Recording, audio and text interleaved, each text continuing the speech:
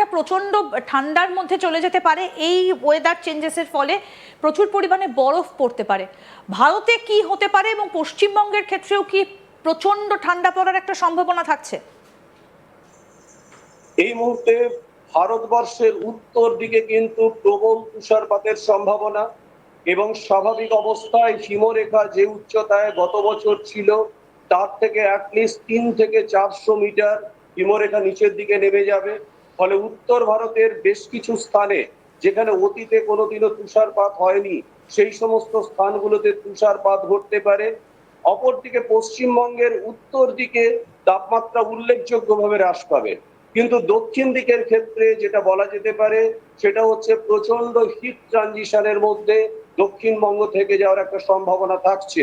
কারণ জেট বায়ুকে বঙ্গোপসাগরের জলের তাপমাত্রা প্রশমিত না হওয়া পর্যন্ত জেট বায়ুকে এগোতে দেবে না, এবং যার ফলে আলটিমেটলি কিন্তু সেটা ডিপেন্ড করছে, পুরোটা কন্ডিশনাল। যদি জেট স্ট্রিম প্রসিড করতে পারে তাহলে কিন্তু দক্ষিণবঙ্গেও ভারী ঠান্ডা পড়বে, কিন্তু যদি এগোতে না পারে তাহলে দক্ষিণবঙ্গে তাপমাত্রা এই অবস্থাতে, অর্থাৎ এখান থেকে হয়তো নিচের দিকে নামবে কিন্তু তাপমাত্রা খুব বেশি নিচের দিকে নামতে পারবে না। সেই কন্ডিশনটা আমরা বুঝতে পারবো অগাস্টের 15 তারিখের পর থেকে। তার কারণ সেই সময় ম্যাডেন জুলিয়ান অসিলেশন সক্রিয় হতে শুরু করবে, বায়ুর ঘূর্ণনগুলো আরো বেশি প্রকট হতে শুরু করবে, এবং তখন বোঝা যাবে যে কতটা পরিমাণে তাপমাত্রা প্রশমিত হচ্ছে। এই মেঘ, অর্থাৎ এই যে বিশাল একটা মেঘের রাশি সৃষ্টি হয়েছে, এর প্রভাবে বৃষ্টিপাতটা মূলত কোন কোন দেশের ওপর হবে? ভারতবর্ষের ওপর বা চীনের ওপর কোন কোন দেশের ওপর সব থেকে বেশি প্রভাব পড়বে? দেখুন, এদের ঠিক এই মেঘটার যে লোকেশন, যা এক্সটেনশন, তাতে কিন্তু মোটামুটি মধ্যবর্তী স্থানে এবং ওয়েস্টার্ন মিডল পার্ট বলা যেতে পারে ভারতবর্ষ রয়েছে।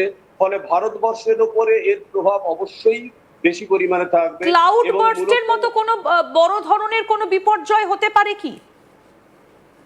হ্যাঁ, বেসিক্যালি দেখুন, হিমালয় পার্বত্য অঞ্চলে ক্লাউড বাস্টের মতো সিচুয়েশন কিন্তু আবারও তৈরি হতে পারে, এবং সেক্ষেত্রে হড়পাবনের মতো কন্ডিশন তৈরি হওয়ার মতো কিন্তু সম্ভাবনা রয়েছে। তাছাড়া মেঘের বিস্তার অনুযায়ী বলা যেতে পারে চায়না, কোরিয়া, এগুলোতে যেমন প্রবল বৃষ্টিপাত হবে, তেমনি ভারতবর্ষ এবং তার সাথে সাথে পাকিস্তান, আফগানিস্তান এবং হিন্দুকুশ অঞ্চল, তার পরবর্তী ক্ষেত্রে দেখা যাবে ভূমধ্যসাগর পর্যন্ত বৃষ্টিপাতের মাত্রা উল্লেখযোগ্যভাবে বেড়ে যাচ্ছে, এবং বিস্তীর্ণ অঞ্চলে প্লাবনের মতো পরিস্থিতি তৈরি হতে পারে। মানে এই যে আপনি বলছেন চীন থেকে একেবারে কোরিয়া পর্যন্ত, অর্থাৎ এই পর্যন্ত এর প্রভাবটা রয়েছে, কিন্তু আমরা যদি আরো উপরের দিকে যাই সেখানেও কিন্তু দেখা যাচ্ছে যে এই মেঘটা রয়েছে, একেবারে টোকিও পেরিয়ে এই মেঘটা চলে এসেছে, এবং এই অঞ্চলগুলোতেও কিন্তু প্রচুর পরিমাণে মেঘের আনাগোনা রয়েছে। মানে শুধুমাত্র যে এটা কোরিয়াতে গিয়ে শেষ হয়ে যাচ্ছে সেটা কিন্তু না, এটা আরো অনেকটা অঞ্চল জুড়ে বিস্তৃত। মানে প্রচুর পরিমাণে একেবারে নর্দার্ন প্যাসিফিকের আগে পর্যন্ত এইখানেও কিন্তু প্রচুর পরিমাণে আমরা মেঘ দেখতে পাচ্ছি। এর বিস্তৃতি আসলে কতটা? অ্যাকচুয়ালি দেখুন, এই মেঘটার বিস্তৃতি বলা যেতে পারে প্রায় সারা পৃথিবী জুড়ে। তবে অক্ষাংশগতভাবে এই মেঘের বিহেভিয়ার অন্যান্য রকম হবে। নর্থের দিকে যে মেঘটা দেখতে পাচ্ছেন সেটা কিন্তু অ্যাকচুয়ালি নষ্ট হয়ে যাবে। তার কারণটা হচ্ছে নর্দার্ন পোলার যে সিস্টেম গুলো আছে, অর্থাৎ সেটা পৃথিবীর নিজস্ব সিস্টেম। সেই সিস্টেম গুলো সক্রিয় হলে সেটা অত্যন্ত শুষ্ক এবং শীতল বায়ু নিয়ে রোটেট করে। সেই বায়ু কিন্তু এই মেঘের মধ্যে অবস্থিত জলীয় বাষ্পকে পুরোটা টেনে নেবে, যার ফলে ওই খুব একটা বৃষ্টির সম্ভাবনা নেই বা প্লাবনের সম্ভাবনা নেই। কিন্তু মধ্যপ্রাচ্য অঞ্চল পর্যন্ত যে স্থানগুলো রয়েছে সব জায়গাতেই বন্যা এবং তার থেকে মেঘভাগা বৃষ্টি মতো পরিস্থিতি তৈরি হতে পারে। এবং আমরা যখন আরেকটু এদিকে আসছিলাম, আপনি ইউরোপের কথা বলছিলেন স্যার, আমরা যখন ইউরোপটা পেরিয়ে আরেকটু যখন আমরা পশ্চিমের দিকে এগোচ্ছি তখন আমরা হনলুলুতে এখানেও কিন্তু একটা সাইক্লোনিক ফরমেশন আমরা দেখতে পাচ্ছি। মানে গোটা পৃথিবীটাই কি তাহলে সাইক্লোনের গ্রাসে চলে গেল? এবং এই এই জায়গাটাতেও কিন্তু দেখা যাচ্ছে যে এখানেও একটা সাইক্লোন তৈরি হয়ে রয়েছে। মানে গোটা পৃথিবীতেই কি কোথাও গিয়ে একটা সাইক্লোনের প্রভাব আস্তে আস্তে বাড়ছে?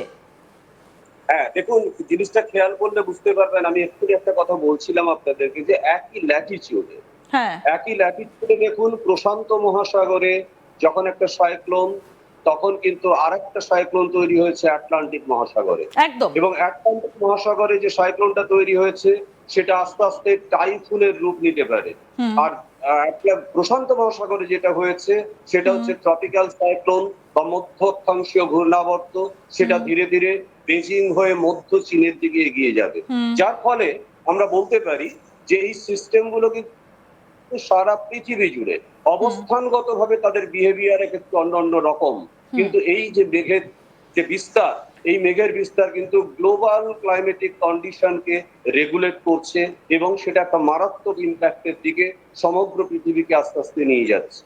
একদম।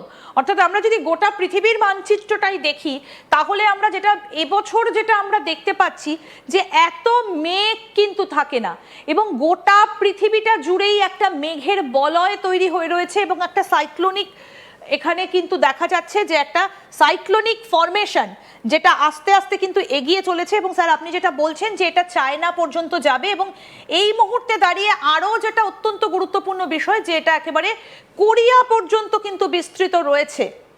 এই যে পিয়ংইয়ং, সিওল, এই যে কোরিয়া পর্যন্ত কিন্তু বিস্তৃত রয়েছে, অর্থাৎ পুরো জায়গাটা পর্যন্ত বিস্তৃত রয়েছে চায়না থেকে পুরো ঘুরে এসে, এবং এর প্রভাব কিন্তু পড়তে চলেছে ভারতের ওপর, কারণ পুরো ভারতের ওপরের অংশটা জুড়েই এই প্রবল একটা মেঘের আনাগোনা। তাহলে কি এবার বর্ষাকাল আরো দীর্ঘস্থায়ী হতে চলেছে ভারতে বিশেষ করে? অ্যাকচুয়ালি দেখুন, এই বৃষ্টিটা অ্যাকচুয়ালি শুরুই, অ্যাকচুয়ালি আমরা যেটাকে মনসুন রেন বলি, সেই মনসুন রেন কিন্তু বেসিক্যালি শুরু হয়নি। যতবার আমরা বৃষ্টি পাচ্ছি, টোটাল বৃষ্টিটাই পাচ্ছি কিন্তু সাইক্লোনিক রেন, অর্থাৎ কোনো না কোনো নিম্নচাপ তৈরি হয়ে জলীয় বাষ্পকে নিয়ে ভূমিভাগের মধ্যে প্রবেশ করে যাচ্ছে বলে আমরা বৃষ্টিপাতটা পাচ্ছি। কিন্তু যেহেতু মনসুন সিজন, আমরা মনসুন রেন বলে কখনো কখনো বলছি। কিন্তু বিষয়টা হলো, মনসুন সক্রিয় হতে আরো হয়তো 1 সপ্তাহ সময় লেগে যেতে পারে। এরপর মনসুন সক্রিয় হয়ে ধীরে ধীরে যখন প্রবেশ করবে, তারপর কিন্তু এটা দীর্ঘায়িত হবে এবং এই কন্ডিশন থেকে যেতে পারে আপ টু অক্টোবর লাস্ট, অক্টোবরের শেষ দিক পর্যন্ত কিন্তু বৃষ্টিপাত কন্টিনিউ করতে পারে। এবং স্বাভাবিকভাবে বুঝতেই পারছেন, ভূমিভাগের যে স্বাভাবিক বৈশিষ্ট্যগুলো থাকে সেগুলো এর দ্বারা ক্ষতিগ্রস্ত হবে, জলবায়ুর স্বাভাবিক বৈশিষ্ট্য ক্ষতিগ্রস্ত হবে, আমাদের যে চাষাবাদের যে স্বাভাবিক সিজনগুলো সেগুলো বিঘ্নিত হতে শুরু করবে, ফসলের বিপুল পরিমাণ ক্ষতি হবে। যেমন আমন চাষের ক্ষতি হলো, ঠিক একইভাবে বোরো চাষেরও ক্ষতি হবে। ফলে এর ফলে কিন্তু আলটিমেটলি অর্থনৈতিক ক্ষেত্রেও একটা বড়সড় বড় বিপর্যয় রকমের নেমে একটা আসবে। প্রভাব পড়তে চলেছে। অনেক ধন্যবাদ স্যার, আপনাকে অনেক ধন্যবাদ।